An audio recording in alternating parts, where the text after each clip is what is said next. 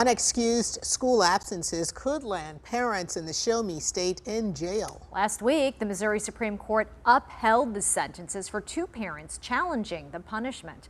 In this week's Legal Lens, Fox News' Jeff Bernthal asks Brown Crouppen's Andrea McNairy what this kind of ruling means for parents.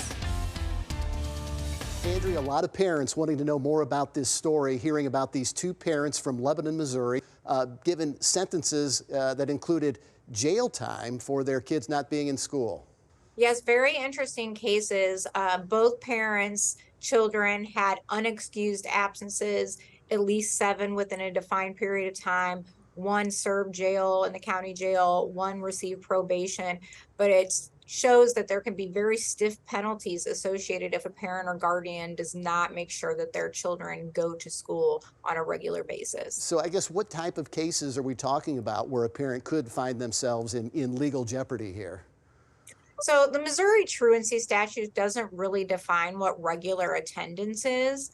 So what we do know is the law says that any parent or guardian of a child between the ages of 7 and 17 has to make sure that a child is enrolled in school and attends school full time for the duration of the entire school year.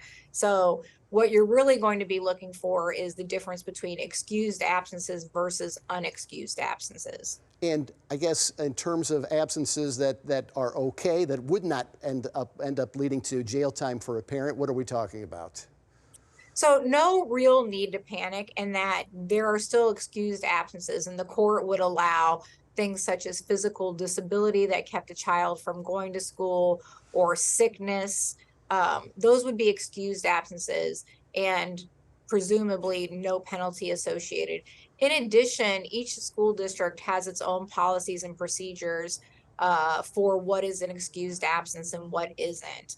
For instance, Kirkwood allows absences for deaths in the family, doctor appointments, illness, religious observances, court appearances, and even vacation within certain exceptions and requirements being met. So you need to look at your school's policy and make sure that if a child is missing school, that you are providing what the excuse would be. As always, great information. Andrea McNairy with Brown Crouppen. We appreciate your time. Thank you.